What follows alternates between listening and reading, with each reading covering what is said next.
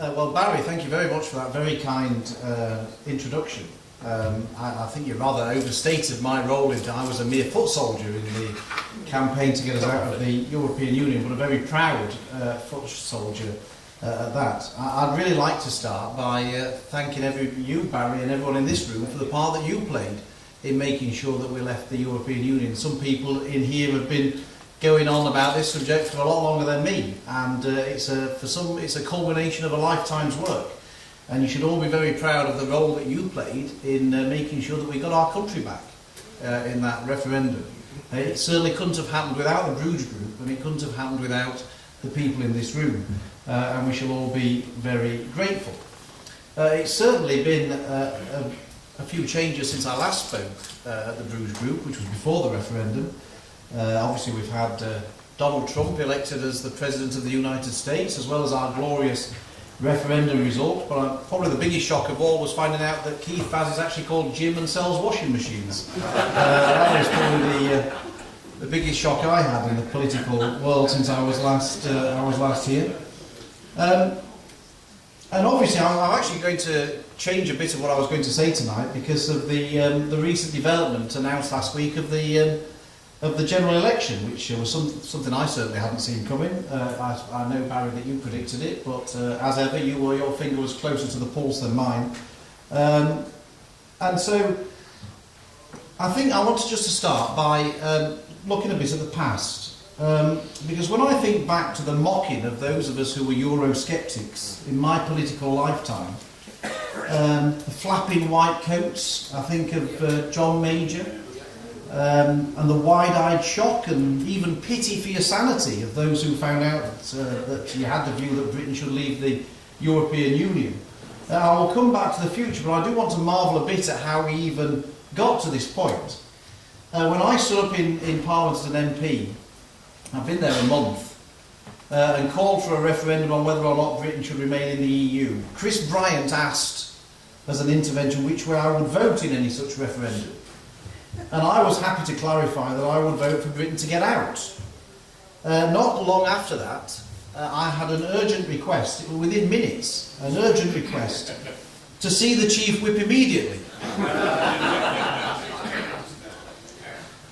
The Chief Whip at the time was David McLean, who was actually a very good Brexiteer, as it turned out. But I trundled off to get the inevitable dressing down, and was told that I would be issuing a statement retracting what I had said in the chamber immediately, or else.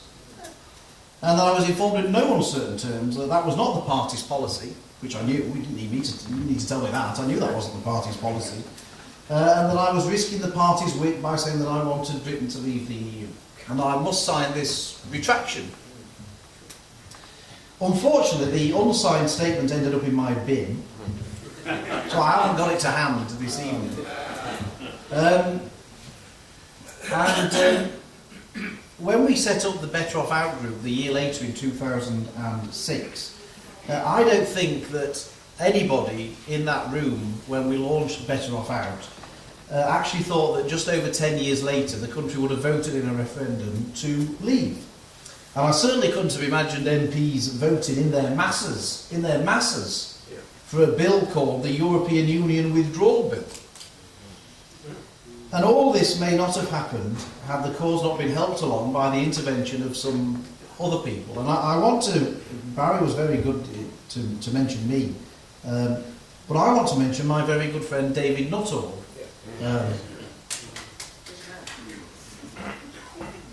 He joined the Better Off Out group just after he was elected to Parliament in 2010, and it was his debate on having a referendum on Britain's membership in 2011, which attracted a three-line whip.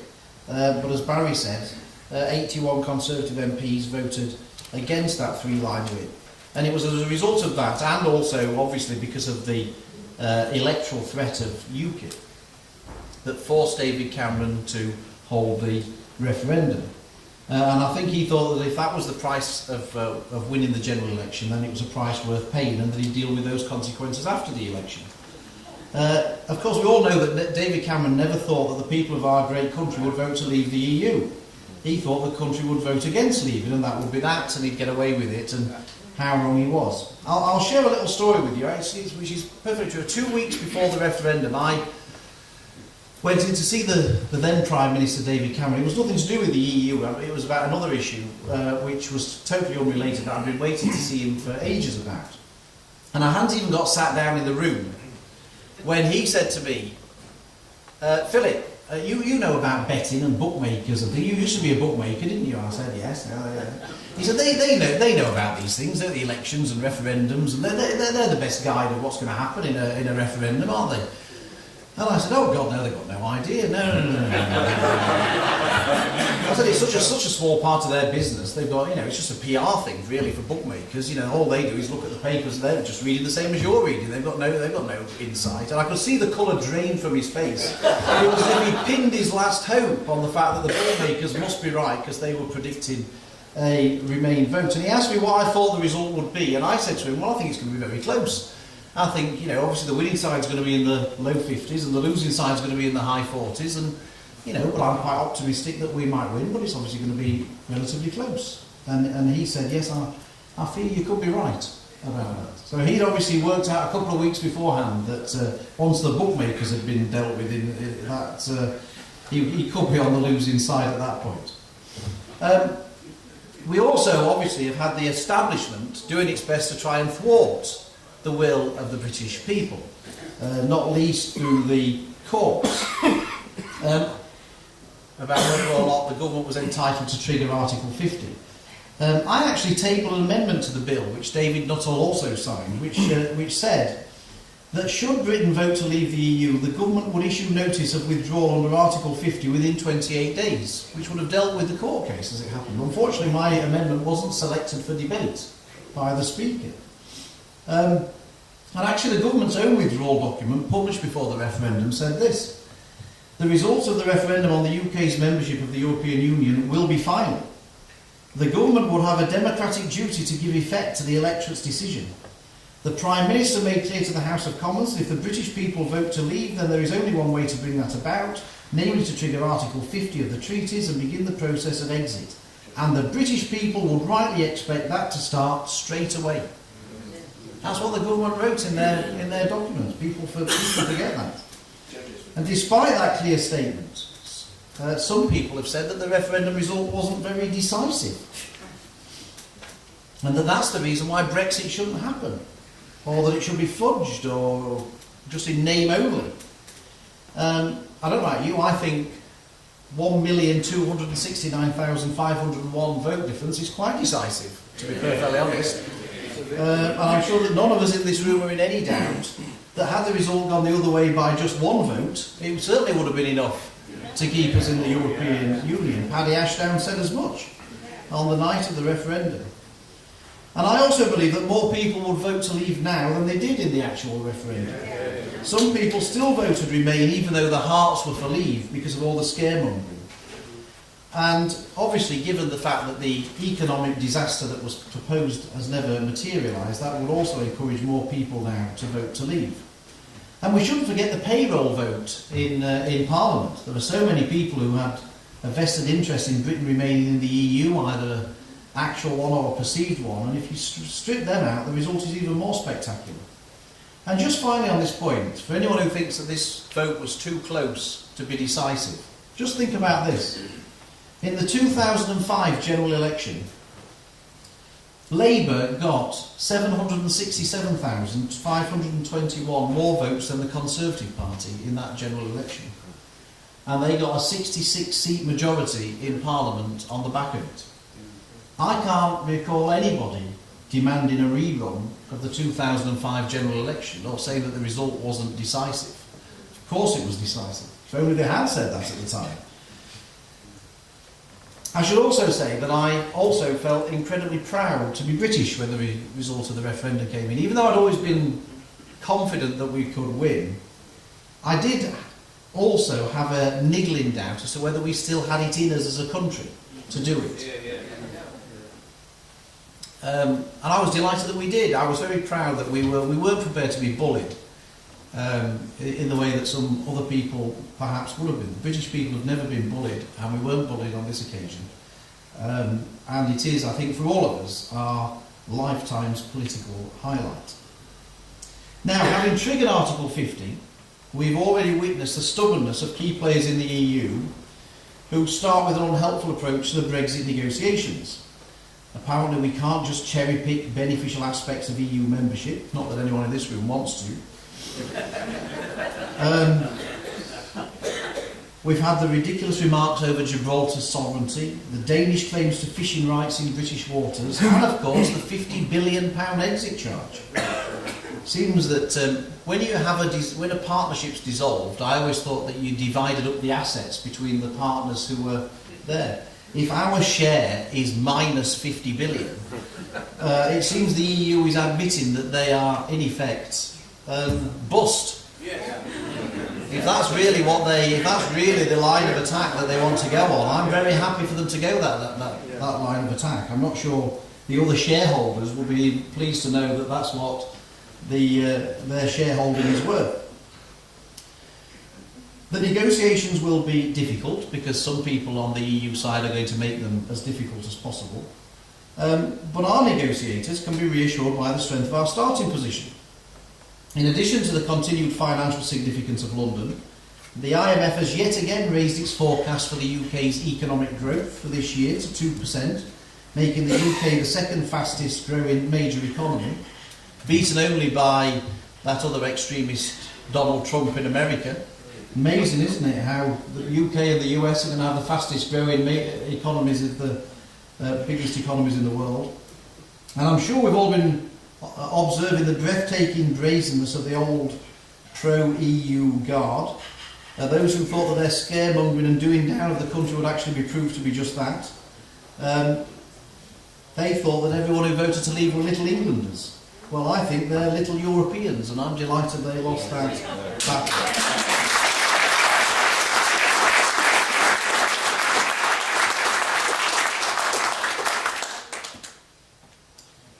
Of course we can go it alone, like we did for centuries before the EU was even dreamt up. And I think life outside the EU is going to be a really exciting opportunity for us after 40 years of being shackled to the cumbersome enterprise-sapping, over-regulatory EU that has harked back to the past rather than being flexible and outlooking for the future. The post-Brexit trade opportunities are plentiful. When we were told before the referendum that Britain would be at the back of the queue for a trade deal with America, this was ridiculous. I actually asked the House of Commons Library who else was in this queue.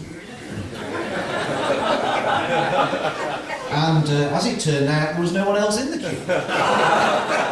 So of course we're at the back of the queue, but we were also at the front of the queue. I was dying for somebody to ask Obama who else was in the queue when he said it. I wanted the journalist to say, well, who else is in this queue? But unfortunately he wasn't asked that question. But now we find that we are officially at the front of the queue for a trade deal with the US. And so our future is very bright, and I'm sure that Owen will probably have something to say about fisheries, so I'm not going to trump him on that. That's a subject he knows far more about than me. But Brexit was about controlling our own destiny, and one of the things that people wanted to control, probably the thing that they most wanted to control, was over immigration into the UK. And certainly when I look at my constituents, the biggest issue in the referendum for many of my constituents was that of immigration and making sure that we could control immigration. And what has happened in this country has been a national scandal in terms of the levels of immigration coming into the UK, completely unjustifiable and unsustainable.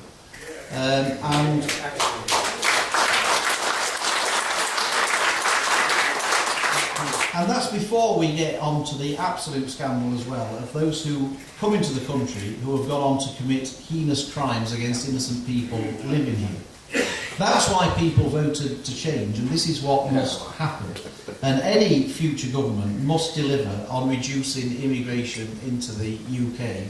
And any government that doesn't do that will be subsequently punished at future general elections. There's no doubt in my mind about that. People haven't taken back control just for a theoretical control.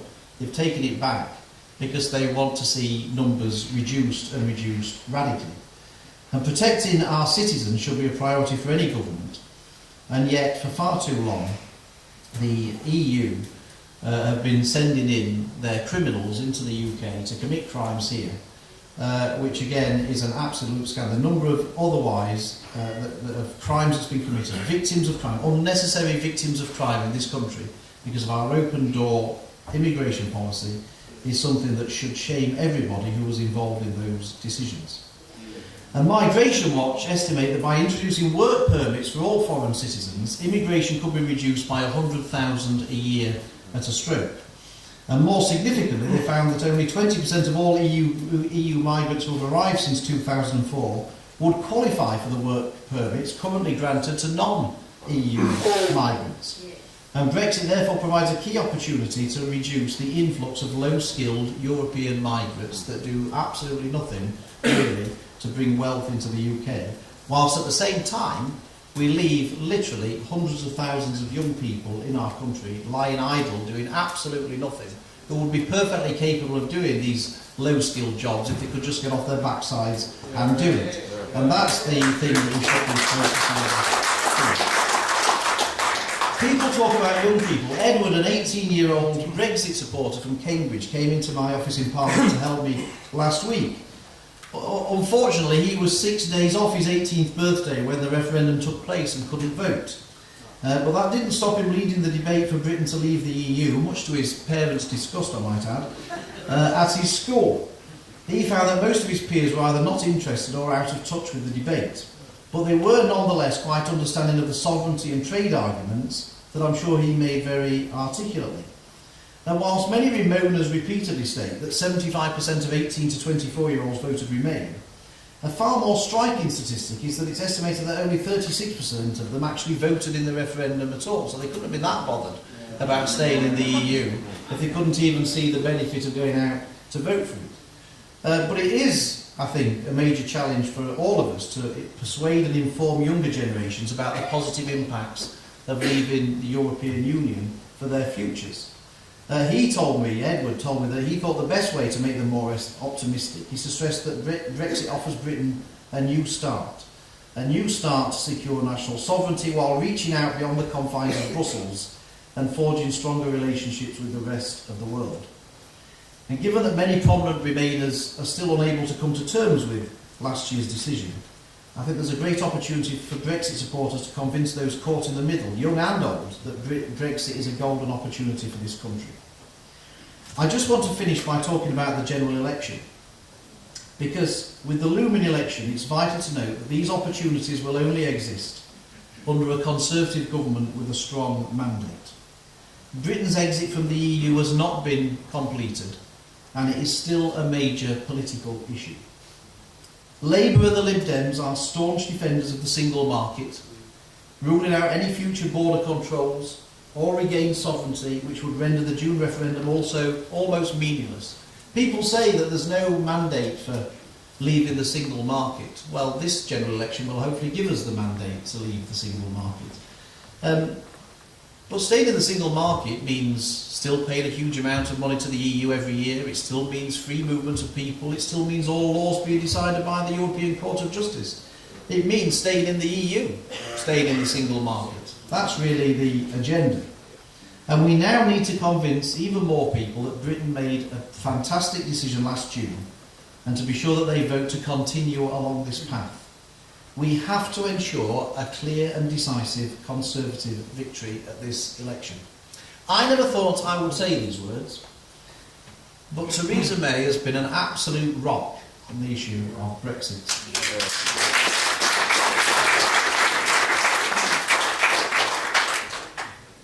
We couldn't have asked any more from her. And if we don't get a clear and decisive Conservative victory at this election, it will be a major setback. Whatever people think of Theresa May, whatever people think of the Conservative Party generally, if they want Brexit to happen, and to happen properly, there is no choice at this election but to vote Conservative. All those on the other side of the argument, all the Remainers, will be doing their best to sabotage Brexit. We've seen it all in the last week and we have to stop it. It will be an absolute tragedy to have come so far from where I started in this speech, only to have the whole thing ruined by those who do not share our exciting vision for Britain outside the EU. And we should never take any election as a foregone conclusion. It's only a foregone conclusion if people turn out and vote for that particular result. As the late great Lady Thatcher once said, there are moments in our history when we have to make a fundamental choice. This is one such moment. A moment when our choice will determine the life or death of our kind of society and the future of our children. Let's ensure that our children will have cause to rejoice that we did not forsake their freedom.